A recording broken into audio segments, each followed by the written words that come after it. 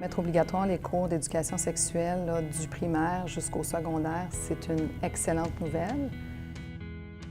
Je pense clairement que c'est bien que ça se fasse à l'école. Je pense que c'est comme la plupart des gens passent par l'école aussi. Fait que tu t'assures de toucher comme un maximum de la population à un âge où c'est particulièrement important. Quand j'ai commencé à enseigner, on avait le volet FPS, qui était formation personnelle et sociale, où on enseignait sexualité, consommation à risque, drogue, alcool, conduite dangereuse, des choses qu'on trouvait vraiment tous essentielles, là. Ce cours-là a été retiré comme certains autres cours parce qu'il y a eu un remaniement de toute la grille horaire, la grille matière. Mais qui va les éduquer, ces jeunes-là?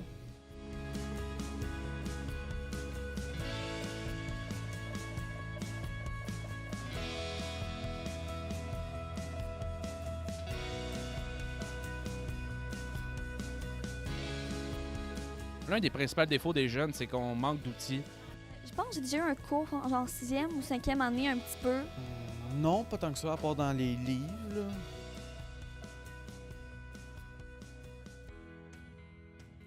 Si les gens n'ont pas les connaissances parce qu'ils n'ont pas eu l'éducation, il y a des choses, malheureusement, qu'à l'école, on n'enseigne pas.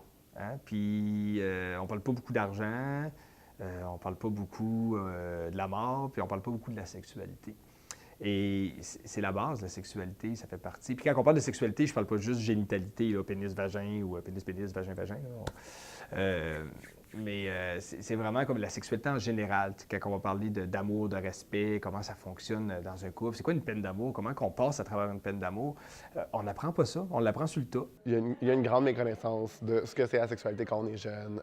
C'est pas nécessairement facile d'avoir de l'information, c'est-à-dire que tu peux en avoir soit beaucoup trop, parce que comme Internet, c'est genre tout et n'importe quoi, soit ça peut être comme très tabou, puis il n'y a pas beaucoup d'espace où c'est correct d'en discuter de vive voix. Puis dans le fond, nous, le programme d'éducation sexuelle qu'on a, c'est surtout basé sur des ateliers de discussion, tu sais. Il y a un manque d'information chez les jeunes criant, et ce qui le prouve, c'est les statistiques.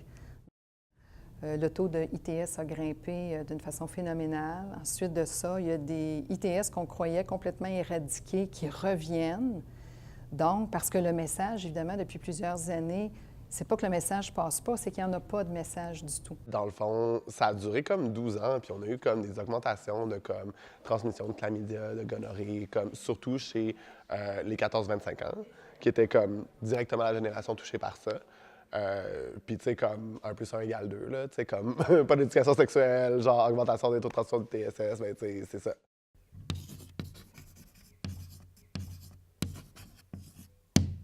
En fait, c'est pas un cours, c'est du raboutage par-ci, par-là, à l'intérieur de cours du curriculum régulier. Fait que, tu sais, ça peut être comme 15 minutes à la fin du cours de maths, 10 minutes avant le cours de français.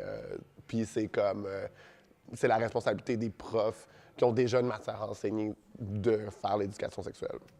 Le nouveau volet qui est apparu au mois de septembre en éducation sexuelle, ça vient du gouvernement. Alors, du ministère de l'Éducation. C'est pas une base volontaire. C'est vraiment, on va avoir des consignes à suivre, mais on est en train de l'explorer, on est en train de lire, on est en train de voir qu'est-ce qu'il y en est. Puis un coup qu'on va avoir bien lu le contenu, tout ça, on va regarder comment on va pouvoir le présenter. Mais c'est vraiment un mandat officiel, on ne peut pas passer à côté de ça. Alors, même au primaire, ils ont un petit mandat, eux autres aussi. Pour les élèves, il aurait été préférable d'avoir un cours, non seulement pour eux, mais pour les enseignants aussi. Pour pas que les gens se retrouvent à être obligés d'inclure des choses qu'ils n'ont peut-être pas tant envie d'inclure. Puis, de pouvoir avoir un suivi, de pouvoir dire, bien, on sait que peu importe dans quelle école l'élève est allé, en secondaire 1, il y a ça qui a été comblé. En secondaire 2, il y a ça qui a été comblé. Tandis que là, oui, le comité sert à vérifier ces choses-là. C'est des trucs qui doivent être approuvés, mais ça demeure quand même difficile là, à valider là, si c'est fait correctement, puis qu'est-ce qui est fait, qu'est-ce qui est vu par un élève. C'est certain qu'on peut aller chercher des ressources extérieures, on peut aller chercher un sexologue. Quand on parle de 5 heures par année à combler, c'est quand même beaucoup trop peu selon moi, mais assez simple à faire. Selon moi, c'est pour ça que ça devrait être des sexologues éducateurs qui devraient avoir le mandat de faire de l'éducation sexuelle dans les écoles, parce qu'ils peuvent aller au-delà du programme, parce que les connaissances, ils ont la formation pour le faire. Et si jamais ça dérape, bien, au moins, ils vont être capables. Le professeur qui commence à parler de prévention des abus sexuels, puis qu'après ça, la jeune fille vient la voir, puis il dit « Écoute, moi, j'ai été abusé dans mon enfance, puis je fais quoi avec ça? » La personne, c'est une patate chaude, elle ne saura pas nécessairement quoi faire. Puis malheureusement, dans les écoles, il n'y a pas toujours des TS, il n'y a pas toujours des intervenants, il n'y a pas toujours des ressources pour aider ces personnes-là. Donc, ils vont faire quoi avec ça? Quand on se pose une question aujourd'hui, on va sur Internet. Alors, c'est sûr que ça dépend beaucoup d'où le jeune va aller chercher son information. Je pense qu'un jeune qui est sérieux peut trouver sur Internet de l'information qui est extrêmement valable.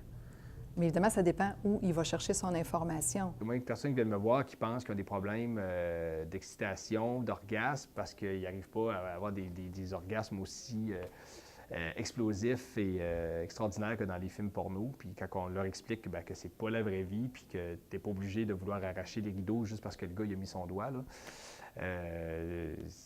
ça les soulage beaucoup, mais il faut qu'il y ait quelqu'un qui leur dise comment ça fonctionne. Quand on parle de la pornographie, la première intention, c'est vraiment de bien les informer, de leur donner un portrait très réaliste de ce qui se fait pour vraiment les ramener dans le réel et non pas dans cet imaginaire-là qui est véhiculé par la pornographie et qui fait évidemment des ravages, je dirais pas juste dans les idées que les jeunes peuvent avoir de la sexualité, mais aussi dans certains comportements sexuels. Il existe déjà des sites Internet, masexualité.ca par exemple, qui sont très crédibles, très fiables. Sauf qu'en même temps, il y a des sites aussi qui ne le sont pas. Donc, savoir lesquels qui le sont, lesquels qui ne le sont pas. Puis en même temps, on peut bien aller chercher un petit peu d'informations, faire de la lecture, mais il y a toujours des sous-questions. Des fois, on a besoin de clarification, d'aller un petit peu plus loin. C'est sûr que la pornographie, puis juste l'accès à Internet en général, change la manière dont tu fais l'éducation sexuelle. Genre, c'est sûr que c'est pas la même chose parce que, tu sais, maintenant, les jeunes vont avoir vu beaucoup plus de sexualité sur Internet avant d'avoir fait quoi que ce soit, tu sais. C'est sûr que ça change des paramètres aussi, puis comme quand t'es jeune, c'est-à-dire que tu regardes pas avec le même regard que quand t'es adulte aussi.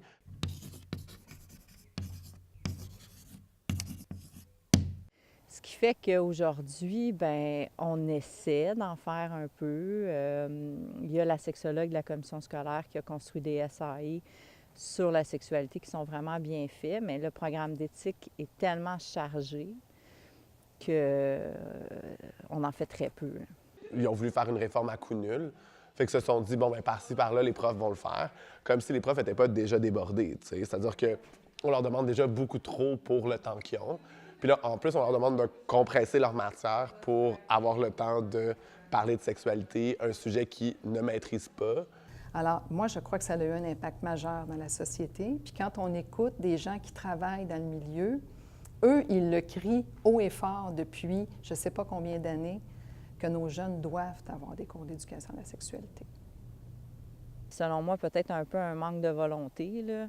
C'était de dire qu'on va inclure l'éducation à la sexualité à peu près dans tous les champs. Si tu n'as pas des lignes vraiment claires, directrices, qui te disent quoi faire, ben tu dis tout le monde va le faire, finalement personne ne le fait. C'est ça que ça a donné comme résultat.